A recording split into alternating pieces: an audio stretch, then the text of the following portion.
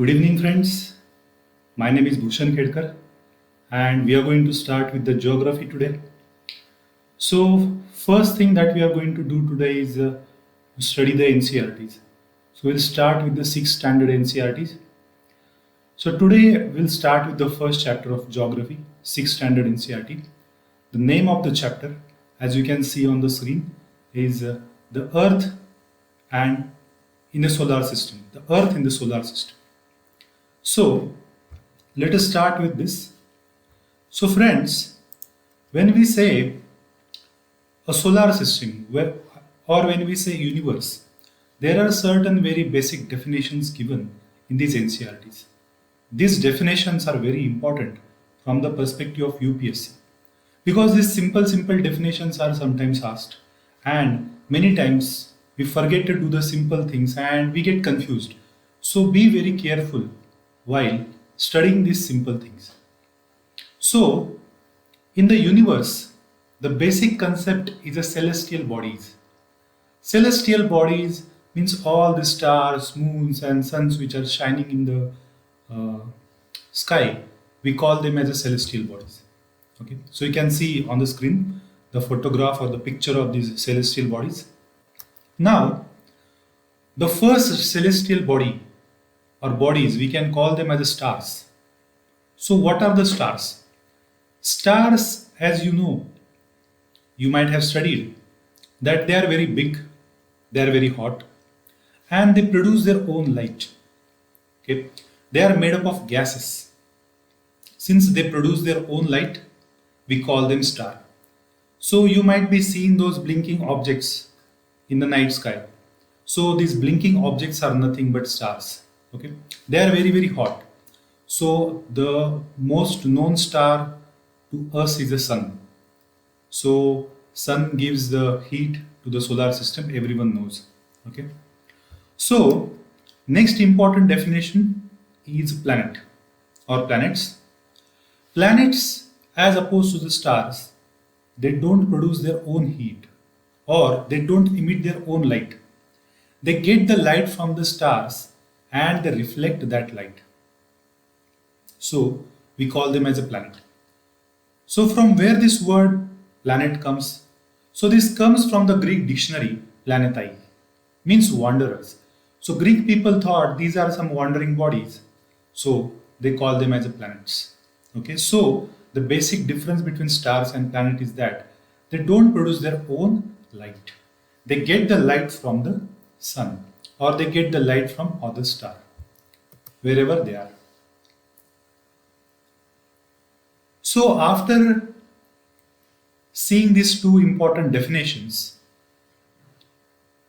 we see so many stars in the sky, and some ancient people they made some figures out of the stars. These are different figures of the arrangements. They saw that year on year they appear on particular time and they disappear after some particular time. So these group of stars which are permanent throughout the phase of this 1 year, they started calling them as a constellation. So human mind, we make our own definitions, we make our own imaginary shapes. So they made the shapes out of these stars. Like something is looking like a bear shape. Okay, they call them as a Ursa Major. Something is looking like a bull. They call them as a Vrishab. Something is looking like a scorpion. They call them as a Vrishchik. So in Sanskrit, we call them as a nakshatras. And in English, they are known as constellations. Okay.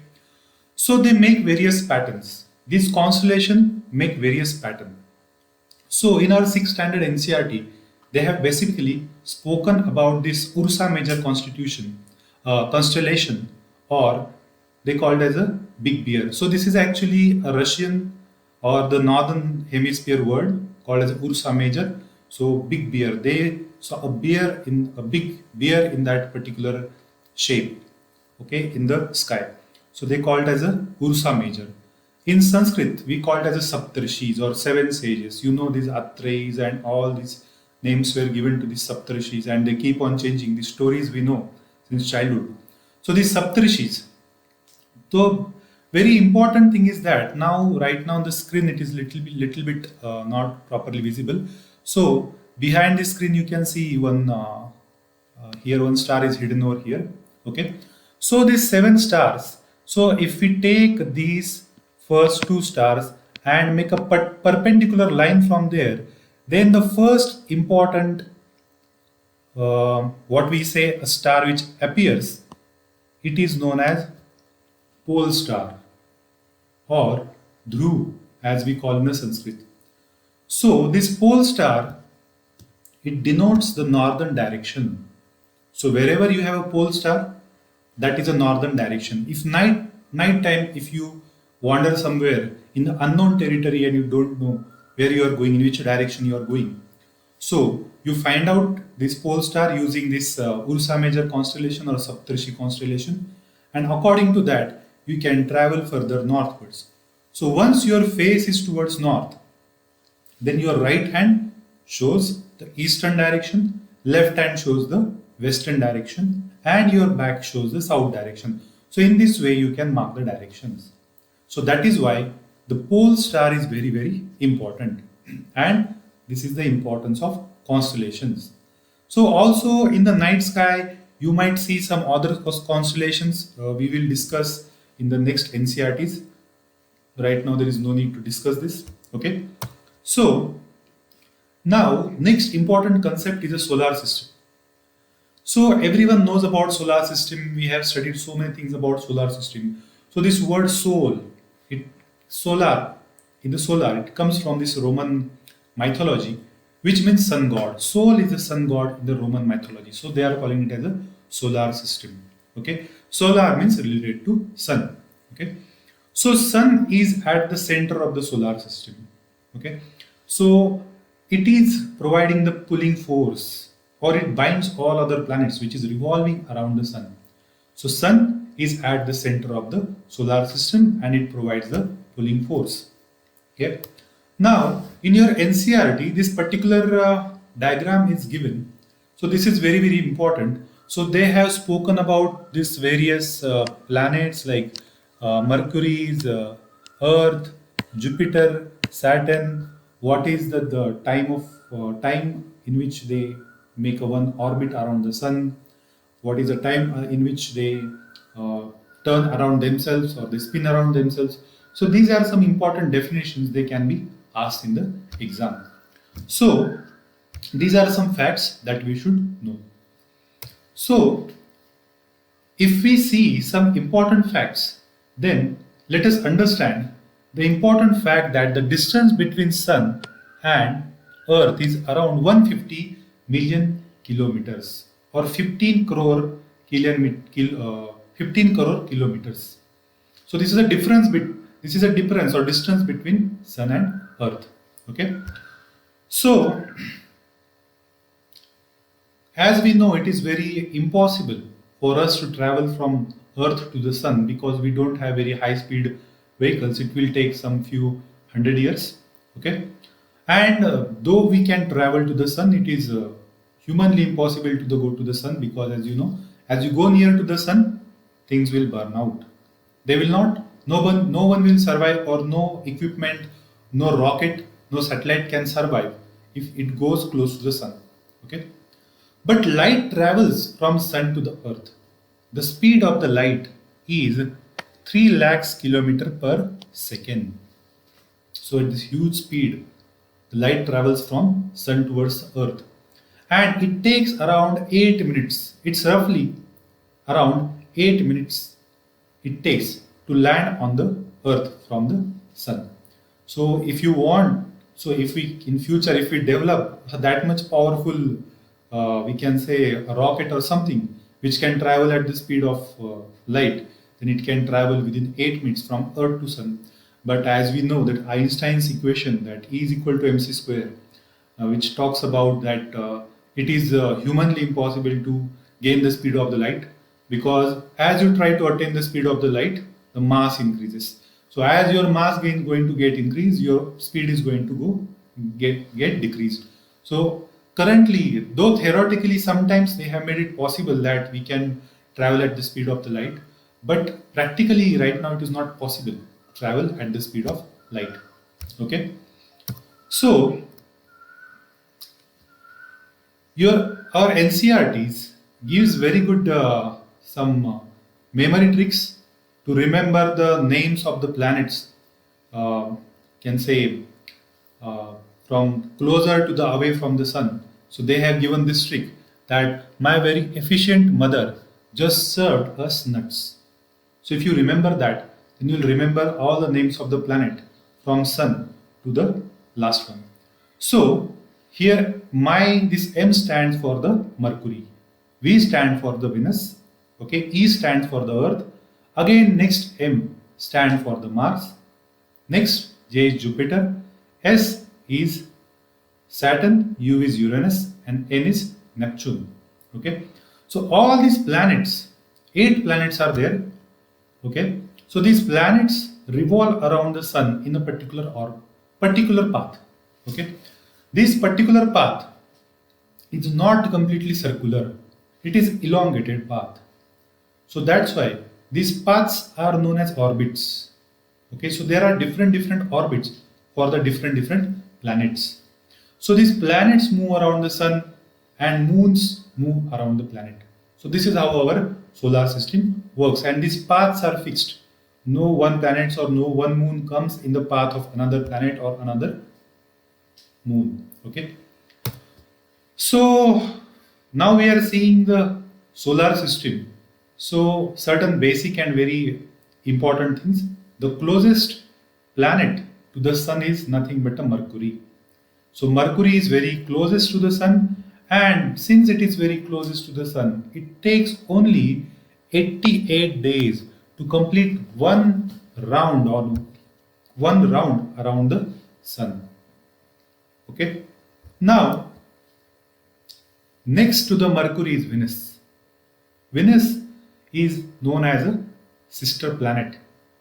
This is very similar to the Earth in terms of size. Okay, but it is very shiny. Why it is shiny? Because it's 95% of the atmosphere is made up of carbon dioxide. So that's why it shines a lot. You know, carbon dioxide is a greenhouse gas. It captures the heat, so it shines a lot. Okay, so this is also the planet, which is the only planet which spins in the opposite direction compared to other planets. So for example, all other planets spin from west to east. This is the only planet which spins from east to west. So these are different facts and very interesting facts. Sorry. So these facts you will see in next NCRTs as we move ahead. Okay. Next important planet is a Pluto. Now in between there are planets, but right now this NCRT is not putting much focus. Next chapters will put much focus on those planets. Next important planet is a Pluto. Pluto is not actually a planet. Till 2006 it was known as a planet. But after that, one object was discovered in the belt of Pluto which is known as Ceres 2003 UB313. So this object was as similar to as that of Pluto. So because of the size, similarity in the size and other properties, there was a huge debate why only Pluto should be called as a planet and why not this Ceres 2003. So they decided to take the standard of planet away or the label of planet away from the Pluto, and now Pluto is not a full planet, it is not known as a dwarf planet. Okay. Now after Pluto, important planet where we live upon is Earth. Earth is the third nearest planet from the Sun, and in terms of the size, it's a fifth largest planet. Density wise, it's a first very high dense planet. Okay. Shape of the Earth, sorry, shape of the Earth, if we see, it's not a spherical shape. The shape of the Earth is not exactly spherical, neither it is parabolic, neither it is hyperbolic, nothing. So there is no figure in the geometry which matches the shape of the Earth. So the geographers find out the new shape of the Earth which is called as a geoid. Geoid means Earth-like. So the shape of the Earth is nothing but Earth-like. That's why it is geoid shape. So if the question comes in the exam, the shape of the earth, so don't get confused, it is nothing but a geoid shape. It is not a spherical shape. Okay. In terms of the temperature, earth is neither too hot, neither it is too cold. Okay. The most important property of the earth that you guys know, that it looks blue. So here you can see, okay. So why does it look blue? It looks blue because most of the surface of the earth is occupied by the water. So since water, as we know, it reflects the blue color, so that's why the color of the earth is nothing but a blue. So guys, superficially these things looks very simple. But when you study so many things in the geography, in the end you may confuse between these small things. That is why everything you should give equal importance, whether it is a simple or difficult. Okay. Now we know the satellite of the earth is moon. Size of the moon is very small. It is just 1/4 of the earth or 1/4 of the earth. Okay. The distance between moon and earth is 3,84,400 kilometers. Okay. The very interesting fact about moon is that we always see the one side of the moon. So definitely your parents have told the story of the rabbit sitting on the lap of moon, or mama, moon mama. So why we, since childhood, we see only one side of the moon? Why is it like that? This is very interesting because moon revolves around the earth in 27 days, and within 27 days it also spin around itself. So one day of the moon is of 27 days. Getting it? So that is why it is spinning around the earth in 27 days. Also, it is rotating around itself in 27 days. So that is why you see only one side of the moon always. Getting this? Okay. So there are also various mountains on the moon. They cast various shadows, and there are so many craters on the moon. Recently, China landed there, one of the lander on the opposite side of the moon. Means whatever side we see on the moon, that's opposite side they have landed their lander. Okay. So these are some important fact about moon. So a full moon day or full moon night we called as a Purnima. New moon night we called as Amavasya. These are the basic thing, every Indian knows this. Okay. So because of the light of the sun is so shiny during the day, we cannot see moon in the sky and other stars because of the very intense light of the sun, they are not visible. Okay. Then there are the things called as asteroids. Okay. So these asteroids are nothing but a very small bodies around the sun. Actually, it is a belt of huge boulders, or you can say the size of these asteroids go from few meters to few kilometers. Okay. So this is an asteroid belt between Mars and Jupiter. So they keep on revolving around the sun like that. Okay.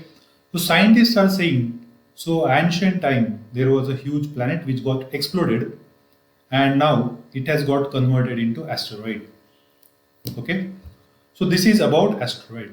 Sometimes some parts of this asteroid miss here and there, and they sometimes tend to come towards the earth. Okay. Some small pieces land on the earth. We call them as a meteoroids. Okay. So these small pieces, if they burn and they land on the earth, they are known as meteoroids. Now in the universe, there are various things. There are nebulas, there are dwarf stars, there are so many supernovas.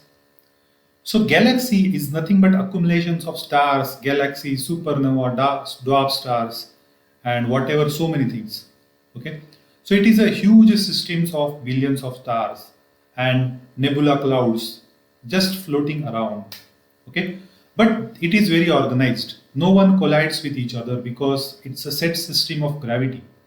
That's why they move according to their own path. Okay. So as you guys know, the solar system is in the galaxy called as a Milky Way, and the nearest galaxy to us is known as Andromeda. Okay. So this is a galaxy. Okay. So these are very important things given in your NCERT's 6th standard, first chapter. There are certain important facts which can be asked in the prelims. So as we guys know, in case of Saturn, we see the ring. So these are the dust and debris particles which we can see as a ring. So there is not only Saturn which has a ring. This is Jupiter and Uranus as well. They have the rings around them. Okay. So they are the belts of small debris. It can be asked in your prelims. So it's very, very important. Okay. Then, since we are studying the universe, the people who study the motion of the objects in the sky in the scientific manner, in the modern ways, they are known as astronomers. So don't get confused between astrologer and astronomer. Astrologer means he will sorry. Astrologer means what? He will see your future and according to planetary motions and all. But astronomer, they go into the space through the spaceships. They land onto the different, like they will land on the moon. They are going to land on the Mars. So they are astronomers. Okay. So there is certain mathematics behind the astronomy. Okay. So in ancient time we had an astronomer called as Aryabhatta. You know, Aryabhatta was a very famous astronomer. Okay. So he was the first person who he has spoken about many things, but the important thing is he talked about shape of the earth, shape of the moon and planets, and why moon is shining, why planets are shining. There are so many things which have been spoken by the Aryabhatta. Okay. So this is the first chapter of our NCERT 6th standard. So after finishing every chapter, we are also going to see the MCQs beneath the chapter, because you never know, sometimes these MCQs may be asked. So the first MCQs, now I am not going to tell you the answers. You guys figure out the answer by yourself. Okay. So the planet known as the Earth's twin, what is the planet? Yes, you guys know it. We have seen it. Which is the third nearest planet to the sun? That is also we have seen. All the planets move around the sun in which path? That is also we have seen. And pole star indicates that direction. Which direction? So these are the questions. So this is the first chapter. We have finished it. Please go through this chapter. 8 o'clock we will see the questions. And if you have any questions, you can write it down to me. Thank you.